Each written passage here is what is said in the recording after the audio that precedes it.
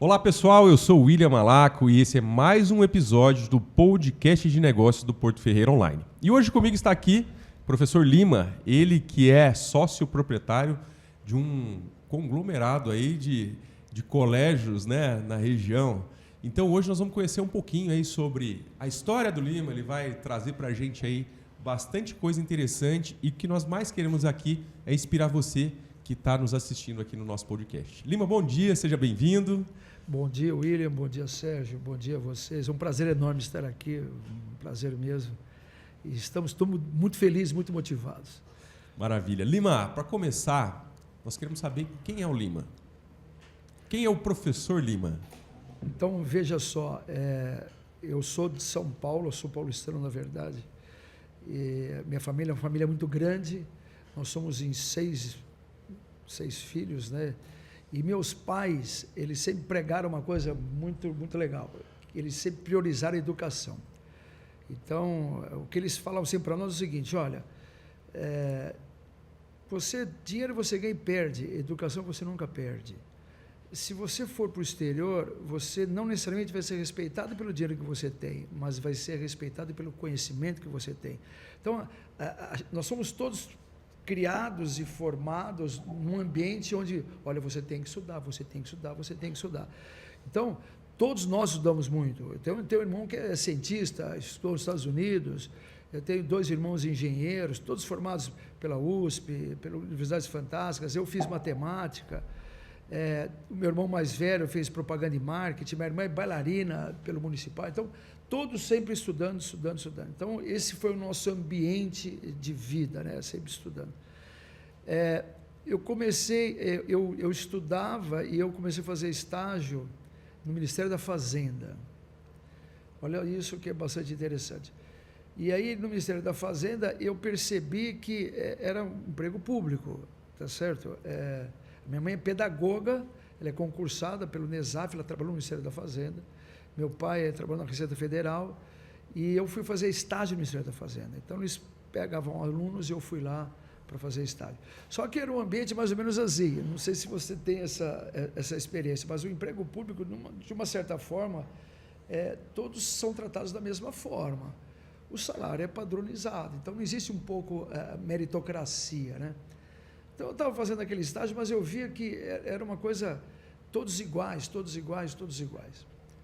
Um belo dia eu estava no metrô, indo embora para minha casa, e eu encontrei com um professor, essa história é marcante da minha vida, encontrei com um professor de física que se chamava Werner. Eu ia muito bem em física, gostava de física pra caramba, e nós nos encontramos no metrô, ele falou assim, como é que você está? Ele me chamava de Rubens, né? Como é que você está, Rubens? Tudo bem, tudo bem. E você está feliz, está animado, né? É um professor que me dava muito bem. Eu falei assim, fiz assim, né? Ele percebeu que eu estava triste no estágio. Ele virou para mim e falou assim, olha, eu vou faltar o dia tal. Você não quer me substituir? Eu fui aluno dele num colégio, na época era só colégio público, Colégio Major Arci, que ficava ali na Aclimação, né? Eu falei assim, eu vou. Então, eu faltei no meu estágio para substituir o professor Werner. Meu Deus do céu, a hora que eu entrei lá, eu falei assim, é isso que eu quero da minha vida. Então, foi um acaso enorme eu me transformar em professor, porque eu não tinha nunca planejado isso. A minha ideia era fazer ciência da computação, trabalhar com área de computação. Por exemplo, naquela época também as salas eram todas muito congeladas, o computador tinha que ficar muito frio, não sei se você se lembra disso, não é como hoje. Não se relacionava com ninguém, né? E eu sempre gostei de conversar com as pessoas. Então, quando eu fui dar aula, isso daí foi uma coisa que me marcou demais, um ambiente muito fantástico, e foi daí que eu iniciei minha carreira como professor. Então, trabalhei lá no Colégio Major Arci, lá mesmo não como concursado, mas como lá eu era professor substituto, né? Professor regra 3 nesse sentido, e fui fazendo minha carreira lá em São Paulo. E foi algo que eu me identificava cada vez mais. Trabalhei em colégio, a gente ia de aula no Mobral, antigo Mobral, hoje se chama EJA, né? Isso. Mas isso foi também uma experiência muito fantástica. Estava conversando com você, eu dei aula numa faculdade, se chamava FMU, Faculdades Metropolitanas Unidas, hoje ele é uma universidade. Então eu dava aula lá à noite, né? Segunda e sexta-feira à noite, o diretor Moreira, tudo, coisas que eu não esqueci nunca mais na vida. E eu dava aula lá, um ambiente fantástico, as pessoas trabalhavam o dia inteiro, depois iam estudar, fazer curso de administração, de contabilidade. Então, os alunos muito legais, eu era tão novo quanto eles, porque você imagina que naquela época eu tinha 19, 20 anos, eu estava estudando, era muito novinho, né? E o ambiente era assim, todos que davam aula eram pessoas ligadas, eram advogados, juízes, promotores, davam aula como hobby. Eles iam lá à noite dar aula como hobby, para se divertir, vamos dizer. Eu não, eu precisava daquilo, eu precisava ganhar, né? Mas foi um ambiente maravilhoso. Isso foi um aprendizado muito fantástico também, por tudo que eu vivi naquele período. Depois eu acabei ingressando, eu fiz testes, eu fui chamado para trabalhar no Etapa, eu fui chamado para trabalhar no Objetivo, ali na Paulista. E na época, o Etapa me fez uma proposta muito boa, mas no Objetivo eu teria muito mais aulas para dar. Lá em São Paulo, naquela época, o Colégio Objetivo tinha lá 15 unidades, eram muitas unidades, né? Então, eu optei em trabalhar lá e lá fui fazendo minha carreira. Então, eu tive uma felicidade muito grande, meu coordenador se chamava Giuseppe, era um italiano, um cara muito sério, me identifiquei muito com ele. Então, ele era um cara que falava assim, puxa, pessoal, ele chegava na reunião, imagine numa reunião com 70 professores de matemática, ele falou, puxa, eu precisava de alguém para me ajudar a elaborar um material tal, eu levantava a mão. Eu precisava de alguém, eu levantava a mão. Então, toda vez que ele pedia um voluntário para fazer alguma coisa, eu levantava a mão. Então, esse interesse em querer sempre ajudar e fazer, me envolver, né, participar, fez com que eu fosse crescendo demais dentro da instituição. Aí eu comecei a escrever apostilas, fui autor de materiais, dei treinamento para professor. Existia uma coisa que hoje é até engraçado a gente falar, mas existia uma coisa chamada Disque Dúvidas. Então, imagine que o aluno pega um telefone, não existia celular, tá? É o telefone de disco. Aí você ligava no número, aí você falava, digite a página, digite o exercício.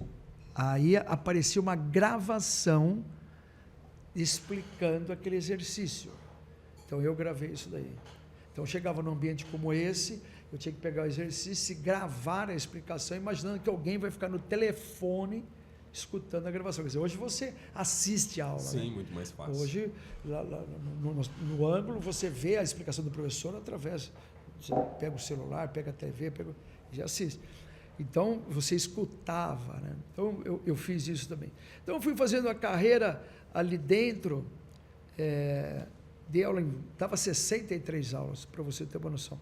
Para as pessoas que não são do meio, eu vou explicar. Dar 63 aulas é você dar todas as manhãs, você dá 30 aulas de manhã, você dá todas as noites, 20 aulas à noite, e mais algumas tardes. Então, eu saía de casa às 6 horas, eu chegava às 11h30, meia-noite. Não via o sol. Isso em São Paulo? Isso só em São Paulo. Considerando o trânsito, o deslocamento. Agora você falou uma coisa extremamente importante, porque eu dava aula, por exemplo, na Lapa, eu tinha que sair correndo para ir para Santo Amaro.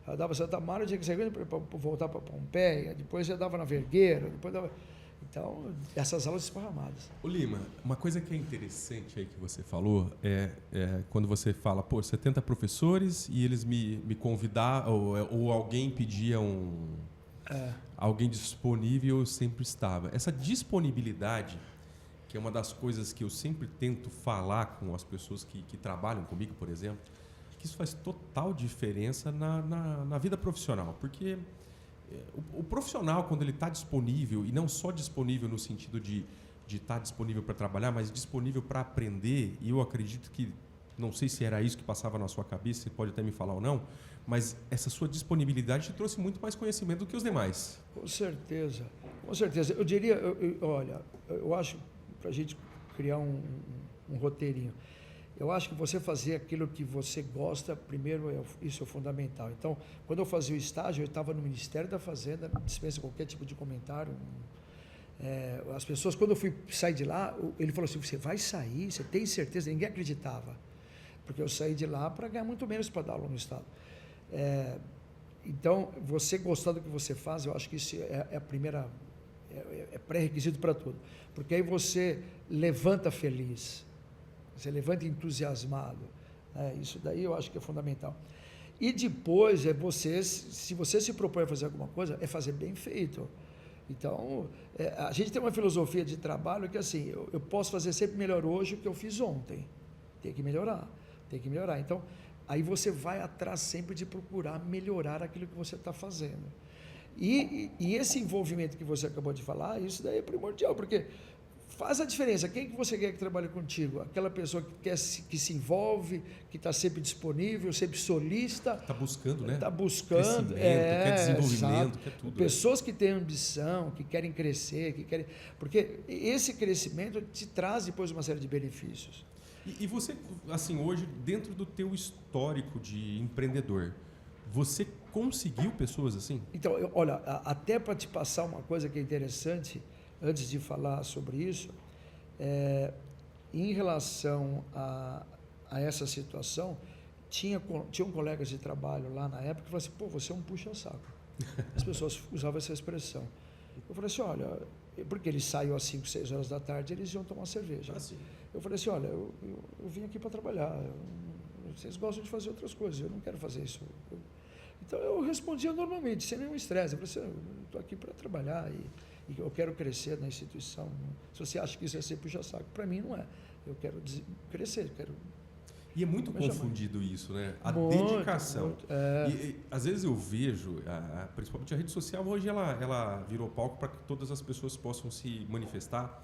Isso é muito interessante. Eu acho que isso dá liberdade, mas automaticamente traz muito prejuízo para muita coisa. Ontem mesmo eu estava lendo, uma pessoa falou assim, um empresário dando uma entrevista e a pessoa falava assim, trabalha bastante para ele. Mas o que eu acho que as pessoas precisam entender, e eu acho que é bem importante isso, você não está trabalhando só para o teu patrão, você está trabalhando para você.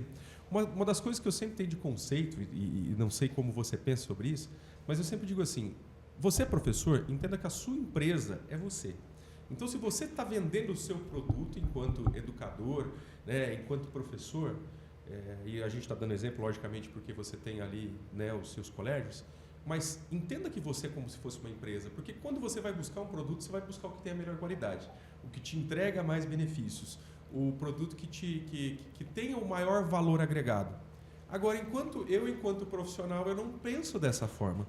Isso faz com que a gente também tenha limitações de crescimento. Né? Então, para mim faz todo sentido isso que você está me dizendo, dessa disponibilidade, dessa vontade, e é muito confundido no mercado quando você tem um profissional assim com puxa-saco. Exato. Né? Não, e eu digo mais, tinham situações assim, meu chefe chegava para a turma e falou assim, pessoal, vai ter a prova do ITA e nós vamos corrigir essa prova. Isso era num domingo. Ninguém ganhava R$1 por isso. Ele chamava você, vai. O que é você pegar a prova, distribuir a prova para todo mundo, a gente corrige para preparar o gabarito para distribuir. Isso era, naquela época era dessa forma. Não se ganhava nada, se convidava, eu participava de todas. Então, essa história de vou trabalhar para a empresa, só que olha só a consequência de tudo isso. Eu fui fazendo a minha carreira lá dentro, chegou às tantas, eu falei assim, chefe, eu chamava ele de chefe. Eu falei, o que mais eu posso fazer? Ele falou assim, não tem mais o que você fazer. Você já cresceu tudo que dá. Olha o que ele me falou. Você já cresceu tudo que dava para crescer aqui Bateu dentro. no teto. Já chegou. Porque eu escrevia apostila, dava treinamento, responsável por uma série de coisas, tinha um monte de aula. Aí, lá separava por categorias, né? Você está no grupo A, B, C, D de aula. Então, já tinha. Ele falou assim, não tem mais, Lima, não tem. Eu falei, puxa. Aí ele olhou assim, olha, não tem sim. Você pode ser dono de unidade. Ele falou isso para mim. Eu falei assim, olha, você é muito novo para isso, mas eu vou te ajudar. Então, para as pessoas que sirva de exemplo, quer dizer, o fato de eu ser sempre o braço direito, sempre ser solícito, sempre procurar ajudar, me envolver, fazer o melhor, porque eu vestia totalmente a camisa da instituição que eu estava, e aliás, todas que eu trabalhei, eu fiz isso, desde o colégio público, no Mobral, no colégio Anchieta, na faculdade, eu sempre fazia o meu melhor. Então, quando eu saía de lá, as pessoas ficavam tristes, porque eu não tinha falta. Eu sempre falei para as pessoas assim, olha, eu falava isso lá dentro, isso tem mais de 500 professores. Eu falava, não tem ninguém aqui que faltou menos do que eu. O meu pai, quando meu pai morreu, você sabe que todos nós temos direito a, acho que 9 dias, né, ficar em casa. Eu fiquei um. Aí a pessoa, mas por quê? Porque você não gostava do seu pai? Claro que não. Mas eu vou ficar chorando, meu pai vai vir de volta. Vai vir nada, não vai acontecer nada. Já é uma tristeza enorme. Eu prefiro trabalhar, porque vai fazer eu esquecer, eu aprender a conviver, porque você não esquece nunca, né? Isso é verdade. Quando você perde alguém, você não esquece nunca. Mas o que ficar em casa? Só porque eu tenho direito a 9 dias. Olha outro detalhe. Engessou meu pé, fui jogar a bola, não chegou a quebrar, mas engessou meu pé. Meu chefe me liga. Imagina com 63 aulas que é achar alguém para substituir todo esse monte de aula. Lima, o que aconteceu? Puta, chefe, aconteceu com o pé engessado. Mas está muito ruim? Ruim não, está engessado. Eu passei isso, né? Mas o que você acha? Dá para pisar? Dá. Se eu mandar um táxi buscar, você vem dar aula? Pode mandar. Quem faz isso? Difícil. Entendeu? Então, isso tem que levar em consideração, senão, com certeza, já pode mandar vir. E eu calçava e ficava dando aula lá. Então, esse tipo de compromisso é uma coisa... Isso você aprende, porque meu próprio chefe falou assim, olha, os alunos querem ver a sua aula, é você que eles querem, entendeu? Então, existe uma questão muito grande. Isso, outro coordenador que trabalhou comigo falava a mesma coisa, olha, você veio aqui para dar aula, tem que ser sério, porque é uma realidade muito diferente de São Paulo do interior. Sim. É muito diferente. Aqui é um respeito máximo, lá em São Paulo é mais complicada a coisa. Mas... sabe, você ser sério, cumprir direitinho, quer dizer, isso não só exemplo dos meus pais também, sempre fazer as coisas muito corretas, mas eu sempre tive bons exemplos. Então, é bem o que você falou. Então, acho que as pessoas têm encontrar aquilo que gostam, não pode se acomodar. Eu vou ficar com isso mesmo, sabe? Vai levando a vida de jeito nenhum. Busque aquilo que te desperta algo diferente. E a hora que você encontrar isso, é automático. Então, quando você fala, Lima, é fácil achar essas pessoas, você procuramos essas pessoas, mas não é fácil, não. É fácil. A grande maioria, eu diria para você que elas não têm tanta ambição, também não querem, elas fazem o normal. A grande maioria, eu diria que é isso. Alguns poucos que sempre buscam mais, mas a gente sempre está atrás dessas pessoas. O Lima, você vê como que é importantíssimo o exemplo que a gente tem em casa, né? Você fala dos seus pais. E isso é muito próximo da minha realidade, porque eu não via meus pais faltarem ao trabalho, deixarem de trabalhar por algum problema, né? E sempre ali, eu sempre falo, minha mãe sempre foi um grande exemplo de dedicação. Eram 3 meninos em casa e, por vezes, eu chegava em casa, porque eu estudei à noite, né? Ali o meu ensino médio, finalzinho, eu estudei à noite. Acho que foram os três ou 4 últimos anos. Exatamente. E às vezes eu chegava ali 10h30, 11 horas, e minha mãe estava lá, sentada, fazendo as contas, organizando o dia, aquela coisa toda. Então, assim, o exemplo é muito importante. E isso que é importante, não só a gente pensar no exemplo dos nossos pais, mas que exemplo que a gente vai dar para os nossos filhos, né? Então, acho que quando a gente começa a pensar no comprometimento, tem que estar muito voltado para isso. Tem que estar voltado. E as pessoas também aí é muito pessoal isso, mas assim, o dinheiro ele é consequência desse trabalho. Porque as pessoas ficam, quando a pessoa fica muito voltada só a pensar no dinheiro, então vou fazer medicina, vou fazer direito, porque isso vai dar muito dinheiro. Nossa, aí dá até dó nessa situação, porque triste. A pessoa vai acabar atrás de uma coisa que ela nem gosta tanto, porque aquilo, teoricamente, dá mais dinheiro. O dinheiro é uma consequência. Então, seja o que você for fazer, pode ser o curso que for, se você fizer direitinho, você vai ter o reconhecimento, você vai ser diferenciado e você vai ter a sua valorização. E o interessante, por exemplo, você, enquanto professor de matemática, você estava capacitado a dar aulas ou trabalhar no mundo de matemática, mas não estava capacitado que eu falo assim, você não estudou para ser empreendedor. Não. Você foi buscando os seus caminhos para isso. É isso que é mais importante. Lima, a virada de chave. Eu, professor, chego, bato no teto ali, pergunto para o meu chefe, e agora? Para onde eu vou? Posso ser dono de unidade? Como é que foi essa virada de chave? Exatamente isso daí. Então, aí você vê, como eu era bastante viciado no trabalho, porque eu gostava demais, era muito feliz. Mas, em compensação, no meu final de semana era muito agradável, porque eu fazia coisas fantásticas. Porque é evidente, se eu dou um monte de aula e se eu ganhava bem, eu podia depois fazer passeios fantásticos. Então, eu tinha meu lazer. Então, não era que eu só trabalhava, eu fazia coisas muito diferentes no final de semana. Então, eu adorava, sempre adorei esporte. Quando eu era estudante da USP, eu andava 3 km todos os dias. Todos os dias, podia chover, eu estava nadando 3 km. Então, eu sou alucinado por natação, sempre nadei. Então, nesse caso, eu sempre quis crescer, né? Eu sempre quis crescer. Então, quando chegou esse momento que ele falou, olha, você pode montar uma unidade, foi lá nesse momento que, quando eu tinha atingido praticamente tudo que dá para fazer naquela instituição, né? Tem que ficar bem claro que é dentro daquele ambiente. Ele podia falar, aqui não dá mais, Lima, só se você for procurar outros lugares, né? Não foi essa a fala. A fala foi, eu posso te proporcionar uma outra possibilidade, que aí é um outro mundo, né? Que seria você passar a ser um gestor, um proprietário de unidade. Então, foi nesse momento, realmente, que quando eu já tinha atingido tudo que eu acho que que eu podia conseguir lá dentro, que eu vi que eu podia fazer mais. E tem uma outra coisa que eu vou te falar, que na verdade pesou demais, o que fez eu procurar isso. Eu percebi que para ter aquilo que eu tinha chegado, cheguei num patamar que eu teria que, por resto da vida, trabalhar manhã, tarde e noite. Então, isso daí é uma coisa importante para responder bem a sua pergunta. Então, para manter aquele patamar, eu teria que sempre acordar às 6 da manhã e sair à meia-noite. Eu falei, como é que eu vou ver meu filho?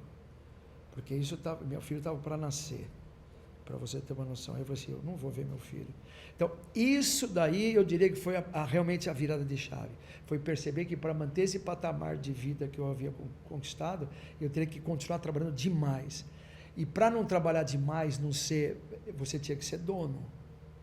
Porque dono você faz seu horário, a verdade é essa. Aí você descobriu que você trabalhava mais do que quando professor. Exatamente. Então o que muda hoje não é que você faz o seu horário. Mas trabalha muito, né? Mas trabalha um monte. As responsabilidades são diferentes, total, né? total. As preocupações são diferentes. Então, mas é aquilo que eu falo de novo, você gosta do que você faz isso com prazer. Os desafios são outros, né?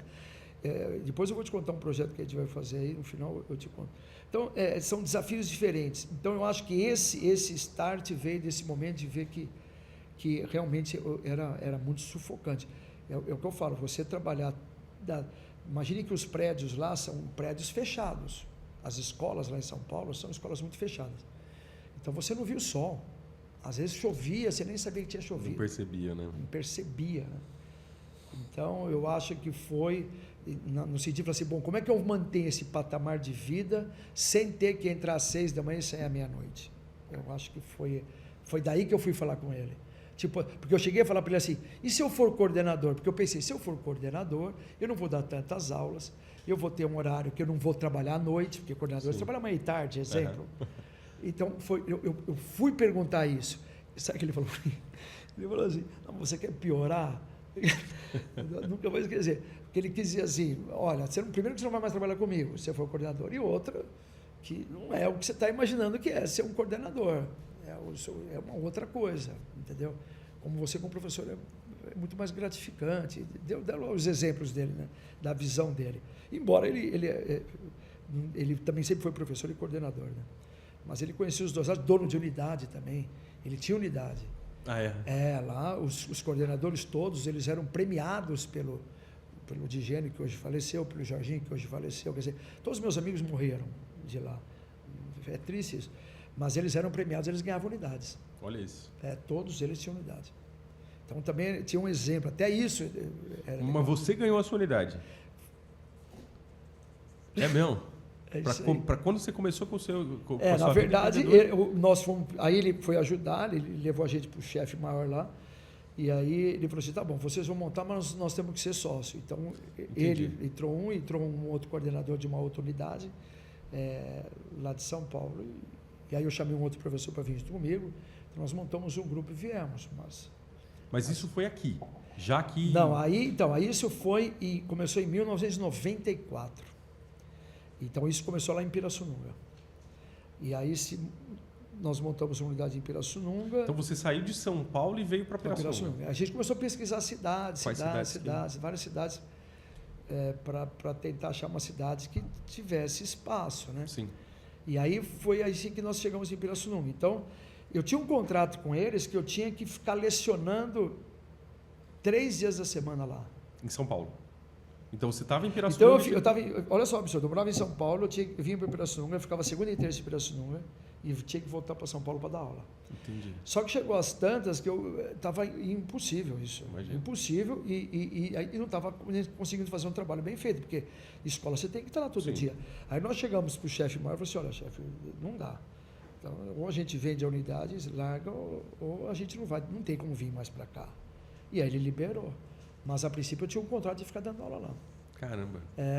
E aí... Por mais que seja próximo, mas mas são 200 quilômetros. Não, e aí começava a correr na estrada. Se você ter noção, eu cheguei a fazer 1h22 de São Paulo até Pirassununga.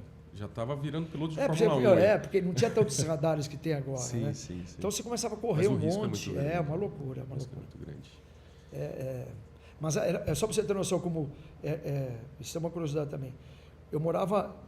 Quando eu me casei, eu morava na Aclimação, morei lá no Almeida Santos, depois eu fui morar no Tatuapé, quando eu me casei.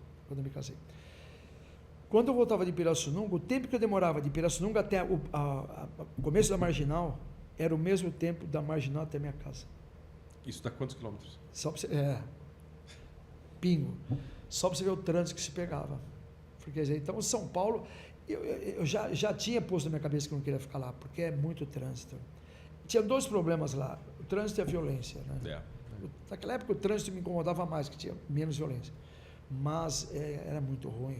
Tudo demora. Aqui no começo foi estranhíssimo, porque você chegava no banco, ele abria a porta da agência, né? Tudo diferente, né? A pessoa, não pode entrar, já tinha fechado. Você vai até a cidade, não tem farol. Nossa, até hoje, se você pegar até mesmo aqui, você vê que é um pico de farol que a gente tem. Sim, muito mais fácil. Então, a vida é outra, né? Você vive bem melhor, né, no interior. Para nós, acho que para todos nós que moramos aqui... Não, aqui é muito bom, a região é excelente. É muito bom. Mas enfim, eu acredito demais, né, que as pessoas todas devem, de fato, primeiro, tem que chegar e falar assim, eu estou feliz aqui, é o que eu quero. Não é. Pode ser a função que for. Se você trabalha no atendimento de um balcão, bom, você gosta disso? Gosto, tá bom. Agora você vai trabalhar para ser o gerente, poxa. Mas você sabe, Lima... isso, sabe? Tem que ser o gerente da loja. Eu trabalhei em instituição de ensino por 7 anos, né, lá no Paraná. E eu me lembro do porteiro. Ele já é falecido, mas ele tinha assim uma felicidade de estar ali por mais de 30 anos desenvolvendo aquela função. E ele conhecia todas as crianças. Ele chamava por nome, ele já conhecia as mães, conhecia os pais. E ele desenvolvia um trabalho muito bem feito. E ele vivia feliz. Lógico que você querer mais é muito importante, né? Mas cada um vai ter o seu... Sim, né? sim. Eu quero isso para mim e tá ótimo. Mas esse perfil que traça para quem... Lógico, a gente fala podcast de negócio, né? E é muito no intuito de inspirar as pessoas que querem ter o seu próprio negócio, que querem empreender ou que querem crescer, desenvolver na carreira. Porque tem muita gente que desenvolve carreira dentro da própria empresa. Ele não vira um empreendedor, ele não é o dono do negócio, mas ele tem tamanha responsabilidade e até ganha, né, tem uma boa remuneração também pelo desenvolvimento que ele tem na carreira deles. Mas voltando a falar dessa sua história, né? Sai de São Paulo, vem para Pirassununga, começa o colégio. E como que foi acontecendo as expansões? Porque hoje são 7 colégios, é isso? Olha, até antes de nós comentarmos isso, eu aproveitar esse comentário seu que é muito importante. Não necessariamente a pessoa precisa empreender e ser dona. Ela pode ser muito bem um colaborador, pode ser de uma instituição. O meu irmão, que é cientista, se você falar, vem montar um negócio, ele fala, de jeito nenhum. Então ele não tem nenhum perfil. E ele é super feliz, é bem reconhecido, é bem valorizado e fez a carreira dele como colaborador. Então, não necessariamente as pessoas têm que entender, então eu só vou ficar bem se eu for dono. Não, claro que não. De jeito nenhum. Você pode crescer muito bem dentro da sua instituição, ter seu reconhecimento, ter seu valor e ser muito feliz e realizar seus sonhos. Então, mas tem que ser diferente. Você não pode fazer o que todos fazem, você tem que fazer algo mais. Então, esse senhorzinho, ele cumprimentava todo mundo, ele atendia todo mundo, com certeza ele tinha um valor muito significativo para a instituição e devia ser valorizado por isso. Então, não pode ser o mesmo, não pode fazer o comum, né? Então, dá para você fazer sucesso, dá para você ser muito feliz, porque também uma coisa não está ligada à outra, tá? Você levantar feliz e fazer o que você gosta. E você vai ser reconhecido por aquilo. Então, não precisa realmente ser dono, não. Em relação às unidades, aí o que aconteceu, né? Na verdade, a grande expansão começou muito próximo da pandemia, né? Em 2000, 2018, 2017, nós sempre participamos de feiras, né?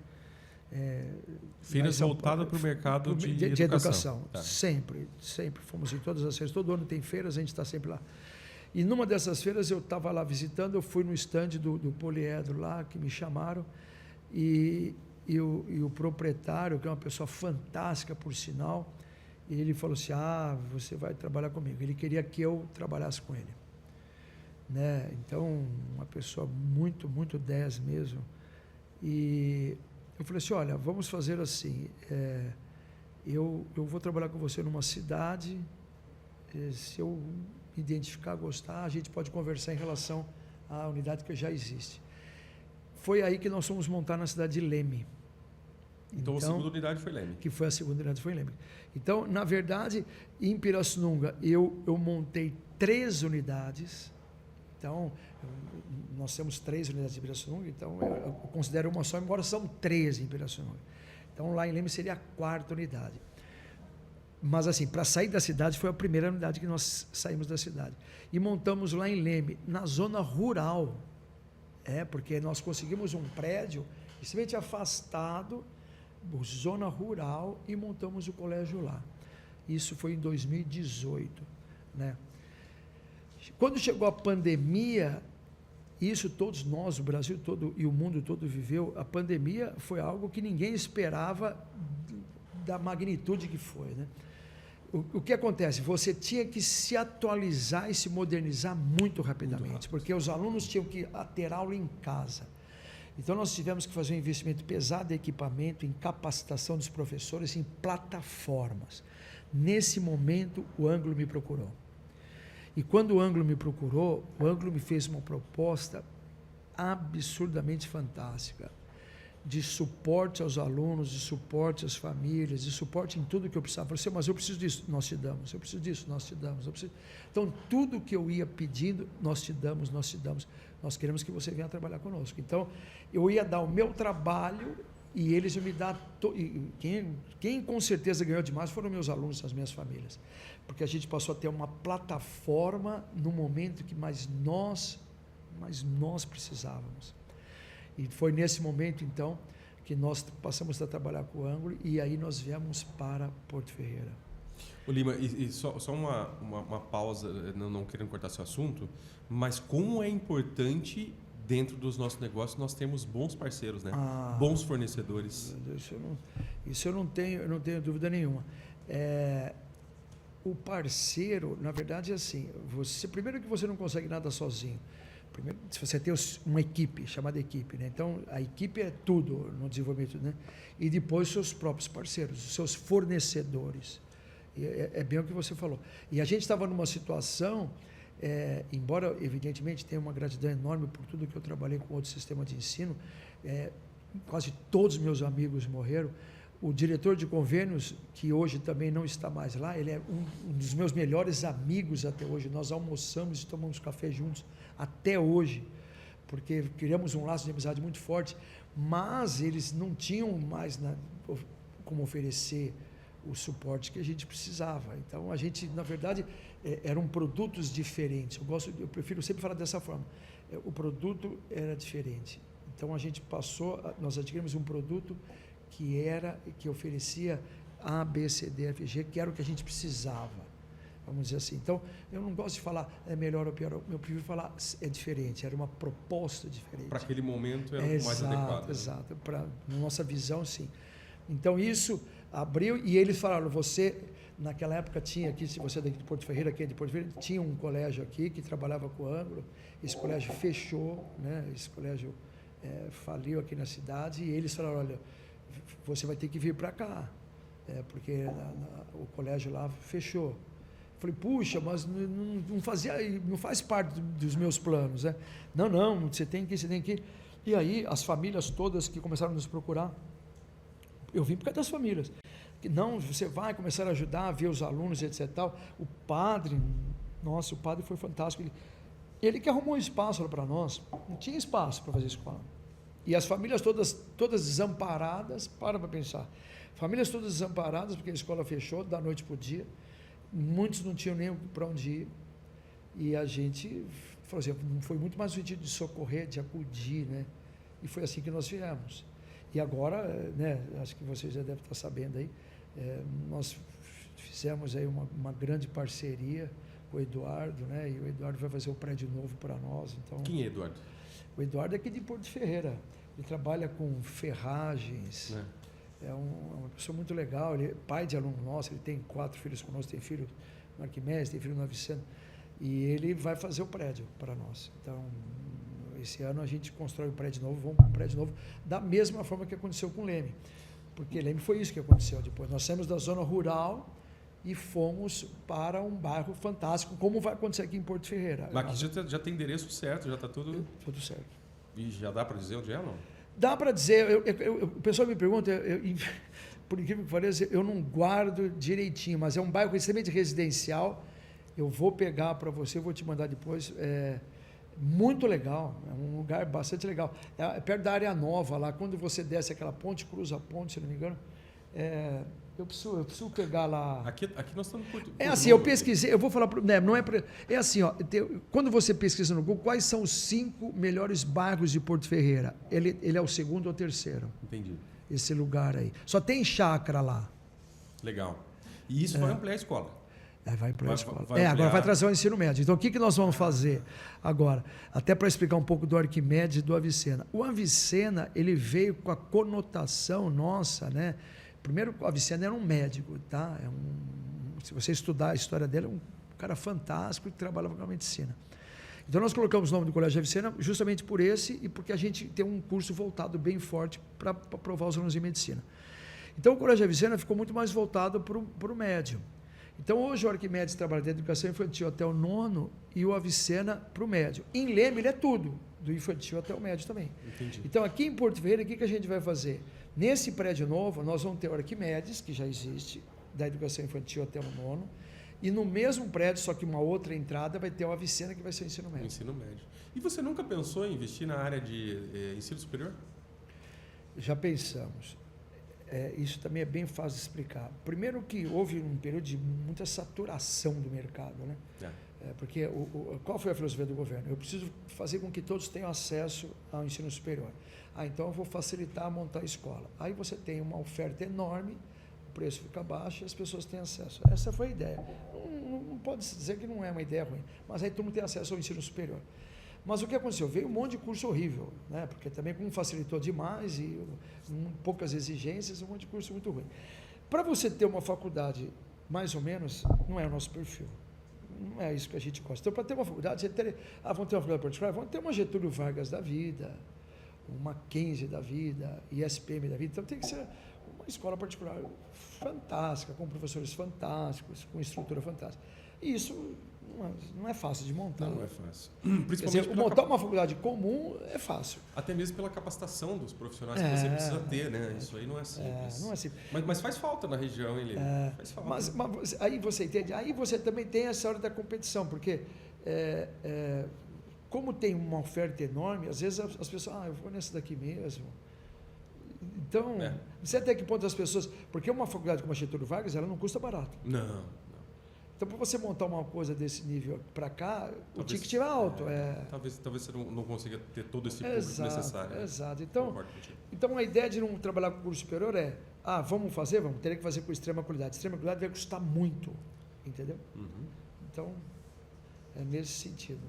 Maravilha. Então, o pensamento sistêmico aí também para manter essa qualidade é muito importante.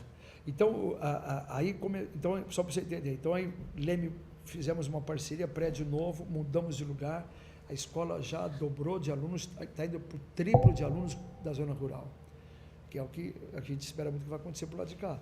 Vai acontecer isso agora em Porto Ferreira. Aí, o que aconteceu? Fomos para Araras.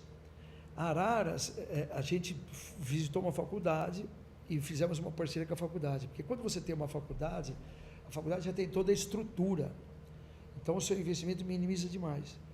Então, a gente visitou uma faculdade e falou, nós queremos montar o colégio aqui. As faculdades particulares, como você falou, elas são ociosas durante o dia. Elas funcionam muito mais à noite. Então, para eles, é vantajoso demais nós estarmos lá durante o dia. Então, a gente montou o colégio lá em Araras, Estamos super felizes lá em Araras, o colégio está crescendo também. E estamos procurando parceiro para fazer o prédio novo. Está caminhando para isso daí. Aí não fomos atrás de nada, mas um grupo veio nos procurar e falou assim, olha, tem uma escola lá do Ângulo, em Sumaré, o pessoal está um pouco cansado, etc. Tal. Pensei em vocês não querem assumir lá, etc. Tal. Foi dessa forma. A gente não foi atrás de nada. E aí nos procuraram, fizemos algumas reuniões, pessoal super legal. E vamos começar a Sumaré esse ano. O Lima, me fala em números assim de alunos e de profissionais. Quando você sai ali, você falou 2018 que você começou a sua expansão forte, é isso? Então hoje nós estamos em 2025, são 7 anos de crescimento. Sim, eu diria para você o seguinte, a gente saiu das 3 unidades de Pirassununga, onde nós tínhamos algo em torno de 700 alunos, né? E hoje nós temos 7 unidades com 2.100 alunos. 2.100 alunos. Por exemplo, Pirassununga, dos 700 viraram 1.200. Só para você ter uma noção de números. Vai. Então, a gente tem hoje 2.100 alunos, 7 unidades. Mas, assim, é o que você falou, num espaço muito curto, porque Araras está indo para o 2º ano, Sumaré vai para o 1º ano, Porto Ferreira começou em 2021, a gente está indo para o 5º ano, são unidades muito novas. Todas são bem novas. Só Pirassununga, Pirassununga tem 30 anos. E por que tanto tempo assim para começar a expandir? Ou você não tinha intenção? Não, na verdade não tinha intenção. É bem o que você falou. Na verdade, o que aconteceu foi que eu sempre pensei assim, porque assim, a minha mãe também estudou no Colégio Bandeirantes. Então, o Colégio Bandeirantes dispensa comentário. Eu sempre falei, eu quero ter um Bandeirantes da vida. Então, eu sempre fiquei trabalhando para fazer o colégio ser o melhor possível, o melhor possível, o melhor possível. Só que aí as oportunidades foram aparecendo. Quer dizer, desde para Leme até mesmo lá em Pirassununga, não fui muito eu que fui atrás. As pessoas que vieram atrás, quer dizer, o Ângulo que veio me procurar, não foi atrás do Ângulo. O Polieda que veio me procurar, não foi atrás do Polieda. Então, eles falaram, não, Lima, você vai vir. Então, hoje eu tenho um relacionamento fantástico, tanto com o Ângulo quanto com o Polieda. São grupos maravilhosos, pessoas fantásticas, que valoriza demais a educação. O pessoal do Ângulo, para você ter noção, eu tenho um grau de amizade com o pessoal do Ângulo como se eu convivesse com eles há mais de 30 anos. De tamanho laço, de identidade, de parceria, de respeito. Então, são as pessoas muito diferenciadas. Então as oportunidades vão aparecendo. E de quantos colaboradores você salta daqui? Então, isso daí é importante, Yuri. Desculpa Não. Desculpa te interromper, mas aí o que acontece, até estava comentando contigo, né? Tem uma coisa que o Lemão uma vez falou, que é assim, quando você pega pessoas que têm ambição, estudantes com potencial, se você vê aquela pessoa, ela quer crescer, ela tem um potencial incrível, dê uma oportunidade para ela. Então você chama essa pessoa, você quer ser minha sócia? Você não chama ela para ser seu funcionário, ela vai ser sua parceira. E aí você oferece 2%, 3%, 4%, 5%. Então a gente começou a fazer isso. Então o meu filho está comigo. O meu filho é engenheiro formado pela USP, estudou nos Estados Unidos. O Thales é engenheiro formado pela USP. Eles entraram com 16, 17 anos na USP, estudaram nos Estados Unidos. Eles vieram fazer estágio comigo. Eles pediram, um fazer estágio na Whirlpool, o outro fazer estágio na Ultragás, como engenheiro. Eles falaram assim, posso fazer estágio com você? Eu falei assim, olha, quero trabalhar com você. Eu vou fazer estágio, para ver se vocês se identificam. Se vocês gostarem, vocês ficam. Se identificaram horrores. Então eles entraram. Sem eles eu não teria ido para a Leme. Já te falo. Precisava de pessoas. Então, eles encorajaram demais. Então a gente foi por causa dos dois. Aí veio o Lodge. O Lodge, a mesma história, federal, engenheiro, mesma história. Trouxemos para cá, está conosco. Aí depois o Matheus, também formado pela USP, fez matemática. Depois Claudinho, professor, todos assim super bem formados, estudantes, e a gente começou a trazê-los e começamos a dar participação das unidades. Então hoje a gente tem 6 pessoas que trabalham nas unidades, todos têm participação em uma unidade ou outra unidade. Temos 320 colaboradores. 320. E lá em 2018 você tinha quantos? Olha, eu não devia ter uns 70. Caramba. 80. Uns 80 no máximo. Teve que aumentar demais a estrutura. Um monte. Então são 320 colaboradores, não são poucos não. Muita gente mesmo. Então... E qual que é o critério, Lima, que você coloca dentro do seu sistema de RH para você conseguir trazer bastante. Primeiro conseguir montar uma equipe maior, né, num curto espaço de tempo. E quais são os pré-requisitos para quem quer hoje trabalhar no... Olha, tudo no transcorrer você vai profissionalizando mais. Então, na verdade, para que acho que em relação a todas as pessoas que têm negócio, você tem que sempre procurar melhorar os processos, né? Sim. Então, a gente trabalha em cima de processos. Então, hoje nós temos um RH, ele tem um processo muito bem organizado para fazer essa seleção. Então, desde o momento da entrega do currículo, da primeira entrevista, das ligações, das referências, então existe uma série de etapas. O que acontece com o ramo da educação, na verdade, existia uma coisa no passado, não sei se vocês se lembram, existia um órgão chamado Cefam. Esse Cefam era um formador de professores. Só para você ter uma noção, o Cefam saiu para entrar a ETEC, se não me engano. A ETEC entra no lugar do Cefam. Então, esse Cefam era assim, a pessoa fazia o Cefam e o aluno ganhava. Ele era remunerado para estudar. Poucas pessoas sabem disso. Então, o magistério, o antigo magistério, né, era um estímulo enorme para você fazer a carreira, porque você já como estudante você ganhava. Já ganhava um auxílio. E aí você ligava lá, você ficava amigo da diretora, olha, me manda as suas 3 melhores, suas 4 melhores. Então, tinha estágio para sempre. Então, e todo mundo sabia, todo mundo ia atrás do Cefam, não sou só eu. Todo mundo sabia que o Cefam formava muito bem os seus professores. Era algo muito sério. Acabou o Cefam. Então, já perdeu o que a gente chamava de celeiro produtor de professores, né, de profissionais. Aí, a própria crise educacional, né? Por exemplo, a gente visita muita escola. Então, eu fui para a Finlândia, visitar escolas da Finlândia. Fui para a Rússia, visitar escolas na Rússia. Lá na Finlândia, o professor ganha 5 mil euros. 5 mil euros hoje, nós estamos falando em 30 mil reais. Então, quer dizer, é muito valorizada a carreira, né? Aqui no Brasil, infelizmente, tem uma série de dificuldades. Sim. Então, não é mais um curso interessante, né? Então, você também não tem muita oferta no mercado. Você pena. Quando era mais valorizado, tinha muita gente querendo ser. Então, aí a pessoa fala assim, você é professor, você tem que ir para uma rede particular. Mas aí a pessoa fala, nossa, mas será que vai ter vaga para mim? Porque é muito concorrido, né? Você tem poucas escolas particulares para atender toda a demanda, né? Sim. Então, é difícil. Então, você tem que fazer um critério. Quando você olha do professor do ensino médio, por exemplo, os nossos professores do ensino, eles vêm todos de fora. Então, por que a gente não tem crise com o ensino médio? Porque vem professor de São Carlos, de Rio Claro, de Ribeirão Preto, de Campinas. Que eles já estão habituados também a fazer isso. Eles já fazem isso. Então, como você tem uma amostragem maior, você consegue achar professores ótimos, porque você tem um espaço. Quando você tem educação infantil, Fundamental 1, por exemplo, e Fundamental 2 também, você não consegue ficar trazendo de fora. Primeiro que o professor não aguenta ficar viajando, Sim. é muito perfil, também isso acaba tornando um custo muito alto. O professor de educação infantil não vai pegar carro para ir para uma cidade e voltar. O que você vai pagar por isso é pesado. Então você tem que pegar na sua cidade. O máximo na cidade vizinha, vamos dizer assim. Sim. E aí é a dificuldade. Então você tem que ter um sistema de treinamento. Por exemplo, a gente trabalha na escola, a gente deve ter em todas as nossas unidades quase 50 estagiários. Então você tem. E o estágio hoje é assim, né? É uma regra que você pode fazer estágio 2 anos. 1 ano e renova por mais um. Depois ser efetiva.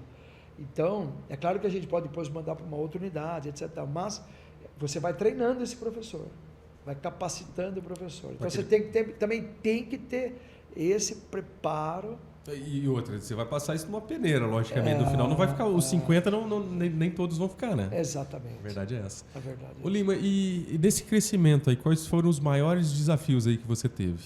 Eu acredito que o maior desafio que nós enfrentamos, mas que a gente ficou muito feliz com os resultados, foi a pandemia.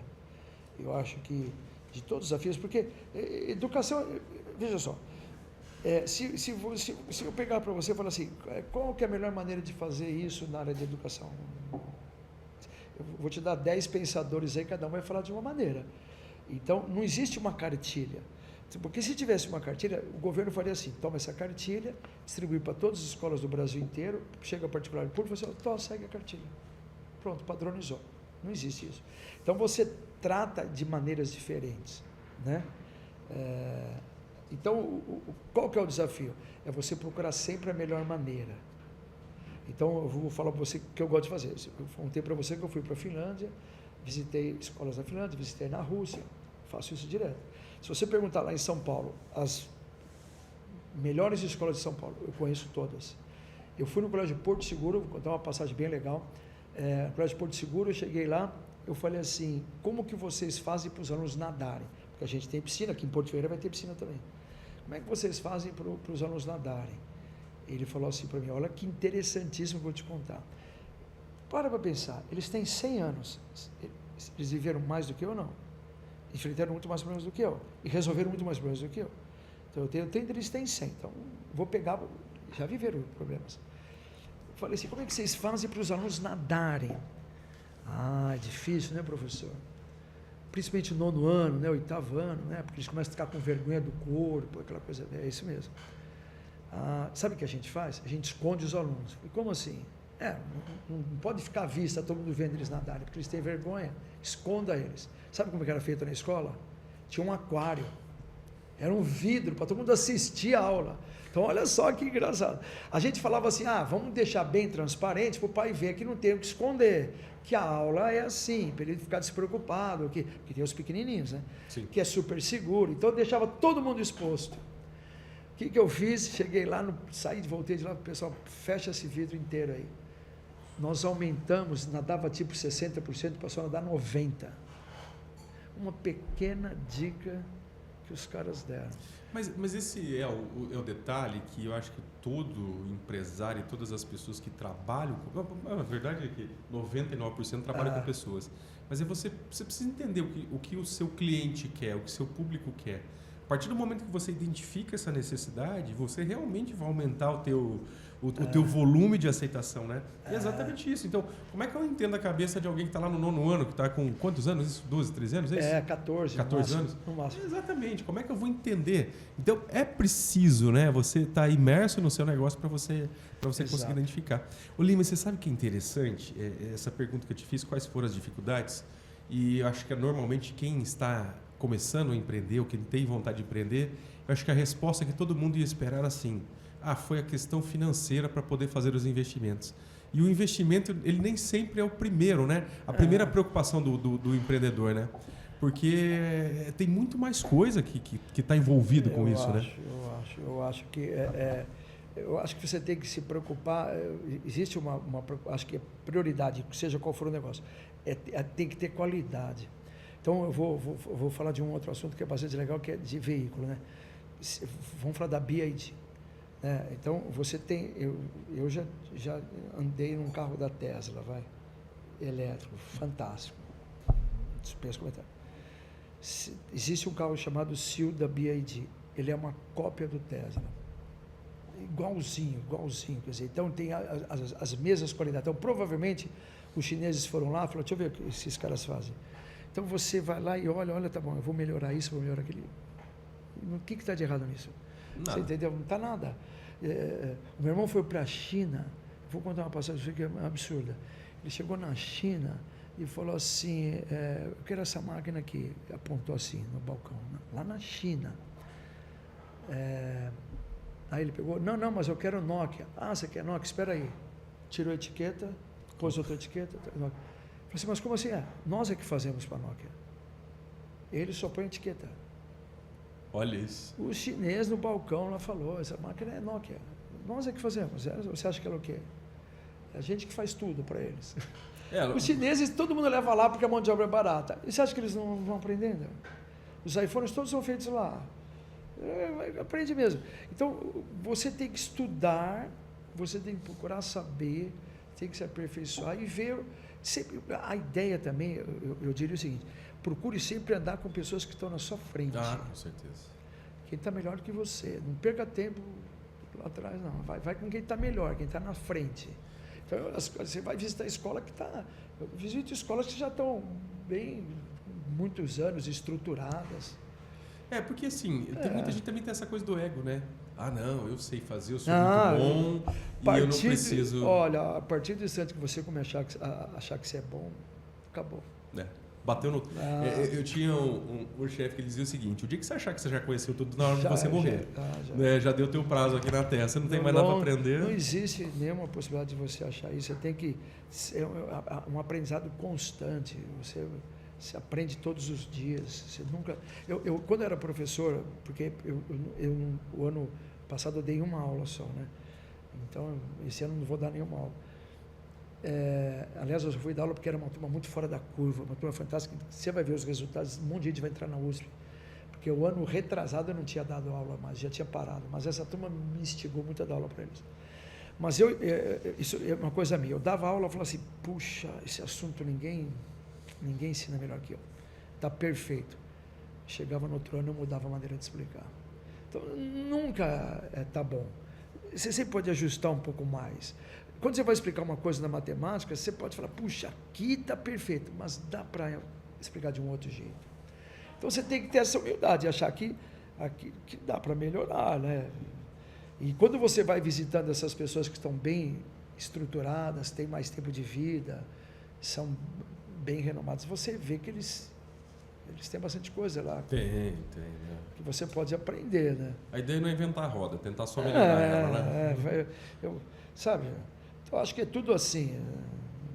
Tem que ter bastante humildade, tem que ter bastante disposição e tem que trabalhar, né? Tem que trabalhar bastante. Né? O Lima, e o projeto é continuar expandindo. Então, agora, o que acontece? A gente entrou numa região, isso foi importante você falar. Nós entramos em Sumaré. Sumaré, para você ter uma noção, Porto Ferreira tem 45, 50 mil habitantes, mais ou menos, né? 58 mil habitantes. Então, 58 mil habitantes, nossa menor cidade. Sumaré tem 300 mil habitantes. Então, nós estamos indo para um outro patamar, um outro ambiente, vamos dizer assim. Né? E também a gente chegou numa região, porque agora você amplia seu rol de amizades novamente, né? Aí já falaram para a gente: olha, vocês não querem vir para cá, então só cidades maiores. Então a tendência é realmente... E assim, todos os meninos, eles são meninos, aquilo que vocês estavam falando agora há pouco, do candidato lá. Então, são todos eles na faixa de 30 anos. Que é para te ajudar nessa situação. Exatamente. Então, eles, né, para pensar, a vontade deles é enorme. Imagino. Então vai ser muito difícil. A gente tinha estabelecido que a gente ia ter 5 unidades do Arquimedes e 5 do Avicera, mas hoje eu já acho que não vai parar aí, não. Né? Vai ser já esqueceu esse projeto, já deixou para trás. Existem outros desafios agora, porque, por exemplo, isso é interessante. Tudo que acontece na unidade tem que acontecer igualzinho na outra. Tudo que se oferece numa, oferece na outra. Mas quando você tem processos bem desenhados, bem estabelecidos, vira o McDonald's, né? Exatamente. Você vai comer o McDonald's aqui e vai comer nos Estados Unidos, vai ser a mesma coisa, né? Embora isso é uma curiosidade bem grande, né? E quando a gente fala isso dos Estados Unidos é a mesma coisa, existem produtos que eles põem lá que não tem aqui. Mas isso mas eu falo, o processo produtivo vai ser o mesmo. Talvez você vai mudar um pouco o sabor por conta de cultura também, né? Exatamente. Mas o processo é o mesmo e é aquela do processo, né? É o que você falou. O processo tem que estar bem claro, né? O processo tem que estar... Então, faz as provas sempre dessa forma. Procura ler sempre dessa forma, né? Então... Ô Lima, e dentro falando agora de negócio, qual que é um profissional indispensável hoje para que uma empresa ela possa ir bem, principalmente no ramo de educação? Quem que é o profissional indispensável ali dentro do seu... Eu diria para você, isso é bem tranquilo de se falar. Quando você fala na área de educação, se você perguntar para mim, Lima, o que pesa, né, numa escola, quais são os pesos, né? Porque você tem lá coordenador, tem diretor, tem coordenador, tem secretária, tem os auxiliares, tem os estagiários, tem a estrutura do prédio, tem os parceiros, né, o sistema de ensino. Então é uma gama enorme. Se você perguntar para mim o que é fundamental, 70% é professor. Eu não tenho dúvida que... Olha, a nossa escola era na zona rural, não tinha quadra. Escute o que eu vou te falar. Não tinha quadra, o ambiente minúsculo. Sabe quantas pessoas reclamavam? 0. Então, você imagina que o grau de satisfação... A gente fazia o NPS, você conhece bem o NPS? Uhum. A gente fazia o NPS, a gente gosta de fazer NPS. Lá no céu, NPS. Mas os professores eram fantásticos. Isso é importante, né? Você ter esse respaldo. O professor, porque veja só, seu filho, nossos filhos, eles ficam na escola, quem fica o tempo todo com eles? O professor. Você pode ter um diretor ótimo, mas quem vai dar aula para o seu filho? Não é o diretor, é o professor. Você pode ter uma instrutora ótima, mas quem vai conduzir? É o professor. Eu tenho uma professora, eu sempre falo assim, a minha filhinha, né, eu sempre gostei de almoçar com os meus filhos, quando eles estavam na época da escola, porque lá que eu perguntava, e aí, como é que foi de aula? E a criança conta. Né? Ah, pai, puxou o cabelo. Ah, puxou. E o que a professora fez? E a criança conta tudo. Conta. A criança vai contar. Aí minha filha falou assim, pai, oi filha, e aí como é que foi? Tudo bem? Pai, a minha professora falou que a gente tem que... Não, minha professora falou assim, pai, a gente tem que lavar muito as mãos antes de comer. Eu falei assim, filha? É, porque tem muito micróbio. Quem te falou isso, filha? Foi minha professora. Aí chegava no outro dia, papai, oi filho, sabe que o nosso prato tem que ser muito colorido? Como assim, filha? Tem que ser muito colorido, pai, porque se é muito colorido tem muito nutriente. Quem te falou isso, filha? Foi minha professora. Então, você entende? A professora, ela agregava valor na aula. Professora de educação infantil. Então, ela sempre vinha com uma coisinha nova, a criança sempre arrumadinha, cabelo arrumadinho. Professor faz a diferença. Então, se você tiver uma escola com professores fantásticos, é um peso maior. É o que eu falo. Coordenador, sistema de ensino, diretor, tudo isso são importantes. Mas, para mim, pelo amor de Deus, não estou dizendo que é verdade. O professor tem 70%. Lima, a conversa está muito legal, muito boa. Mas, para a gente encerrar aqui, eu sempre faço essa pergunta para os nossos convidados. Duas dicas aí para quem quer empreender. O que você poderia dizer? Ou para quem já está empreendendo e quer crescer, quer aumentar, quer expandir o seu negócio? Eu posso dar. Primeiro vamos ver para aquele que quer empreender. Aquele que quer empreender, ele tem que pesquisar. Porque ele tem que ir atrás do momento. Né? Então, por exemplo, eu não vou montar uma locadora. Então, só para você ter noção, rápida essa história. Então, uma colaboradora lá de Pirassununga falou assim, Lima, estou montando várias lojas, eu quero que você comigo aqui, você vem montar uma loja. Ela insistiu, eu falei, tá bom, vou montar. Fui pesquisar. Aí lá, locadora, na época, né? Locadora, não sei o que. Aí quando eu comecei a pesquisar, eu falei assim, olha, você tem que ter um espaço bem grande, porque você tem que ter pelo menos 5 títulos de cada um. Eu falei, puxa, o espaço dela era menor. Eu falei assim, não vai dar. Por quê? Porque eu ia pôr locadora aqui, mas não vai, sabe, comportar direitinho, não sei o que, não foi.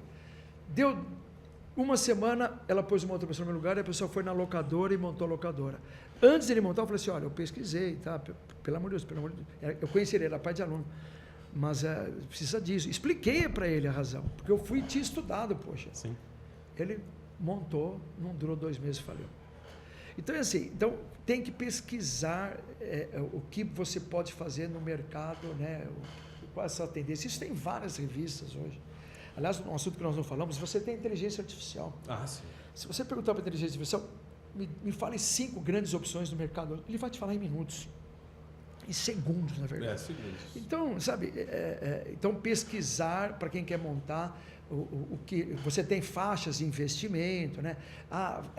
Devo fazer uma franquia ou não? Depende, tem suas vantagens e desvantagens, né? Então, pesquisar bastante para você não errar, né? Então, eu acho que para quem quer montar, pesquise, se informe, tem vários canais para você. O próprio Senac, né? O Sebrae faz um trabalho. O Sebrae foi o que me deu as dicas na locadora. Olha, você vai precisar disso. O Sebrae faz isso gratuitamente. Então, é fantástico. Então, se informe, pesquise bem e vá atrás. Não só seguir o instinto. Eu vou contar uma história rapidamente aqui, que é interessante, você falando de pesquisar. Porque tem muita gente que tem esse sonho e acha que vai ficar milionário com o produto que ele inventa e tal. Eu trabalhei um tempo com mídia impressa, um jornal que infelizmente não existe mais, eu gostava demais desse mercado, era um mercado muito legal. E a gente... eu era responsável pelo mercado leitor, né? O mercado leitor nada mais é do que os assinantes e todas aquelas pessoas que adquiriam o jornal nos pontos de venda, ou seja, banca. Na época a gente tinha padarias, supermercado, posto de combustível, e as pessoas adquiriam ali. E para quem assinava, normalmente ganhava um brinde. E apareceu um senhor, isso lá em Maringá, no Paraná. Apareceu um senhor que ele tinha inventado um óculos, que era um óculos de proteção UV, para quem gostar de tomar sol. Mas não era um óculos de sol, era um óculos de proteção. E ele era um óculos pequeno, assim, parecia um óculos de natação, só que um óculos mais grosso, para ter essa proteção toda.